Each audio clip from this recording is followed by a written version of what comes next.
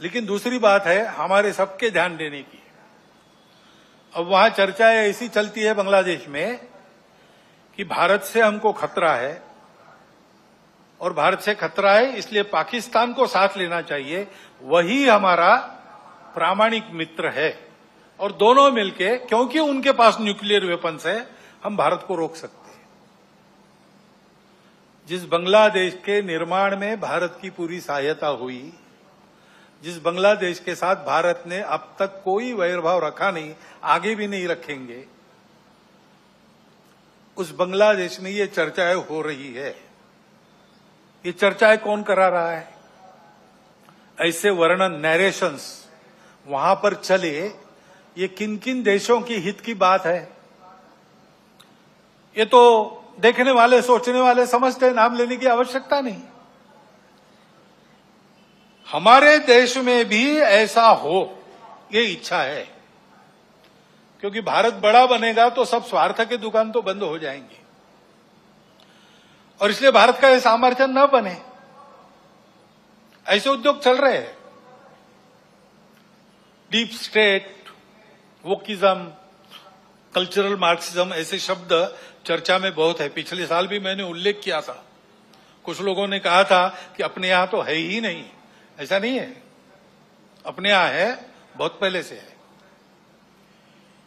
क्योंकि केवल भारत नहीं, सभी सांस्कृतिक परंपरा के विरुद्ध ये विचार। लेकिन दूसरी बात है हमारे सबके ध्यान देने की। अब वहां चर्चाएं ऐसी चलती है बांग्लादेश में कि भारत से हमको खतरा है और भारत से खतरा है इसलिए पाकिस्तान को साथ लेना चाहिए, वही हमारा प्रामाणिक मित्र है और दोनों मिलके, क्योंकि उनके पास न्यूक्लियर वेपन्स है, हम भारत को रोक सकते हैं। जिस बांग्लादेश के निर्माण में भारत की पूरी सहायता हुई, जिस बांग्लादेश के साथ भारत ने अब तक कोई वैरभाव रखा नहीं, आगे भी नहीं रखेंगे, उस बांग्लादेश में ये चर्चाएं हो रही है। ये चर्चाएं कौन करा रहा है?